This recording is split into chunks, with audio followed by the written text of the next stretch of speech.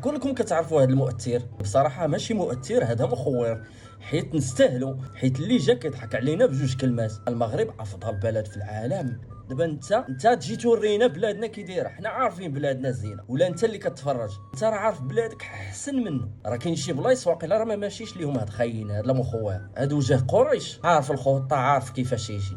مشي عند هذاك الدري معروف بداك الخربوشه، عارفنا كنتفرجوا في داك السيد الله يسهل عليه، هو مسكين راه ما عارفش استغلو. هو كان جاب 2 مليون متابع، صدق من هنايا دا 6 المليون متابع، فهمتي؟ شمتنا، ولكن نستاهلوا حيت حتى حنايا اصلا ما كنشجعوش بعضياتنا. شجعوا هذاك السيد مسكين اللي في الثلج مول الخربوشه. ملي جا داك السيد معاه كيصور ما طلعوش ليه لي زابوني، حيت هذاك بيعهم بداك الايفون. حنا محتاجين الايفون، راه نعطيك راه 2 كنصور بهم، محتاجينش الايفون حداه باش دير راسك زعما ذكي، راه ماشي ذكي. وانت اصلا كنتي قايل باللي اننا غتمشي لمصر، قلتيها هنايا في المغرب، قلتيها زعما تا خرجتي من المغرب عاد قلتي غنمشي للجزائر، علاش ما تقولهاش هنا؟ ولكن انت عارف شنو كاين، راه تيقول لك صاحبك الا مشى عند عدوك او لا 2 عديان، فهمتي؟ ولكن كيما جيتي غنرجعوك، لي زابوني ديالك غاديين كيطيحوا، ولكن غاتندم ولدي. راه المغاربه والله ما غيزقلوك. قال لك اسيدي خدا التاشيره في ظرف 2 سوايع، اسرع تاشيره كياخذها، ويه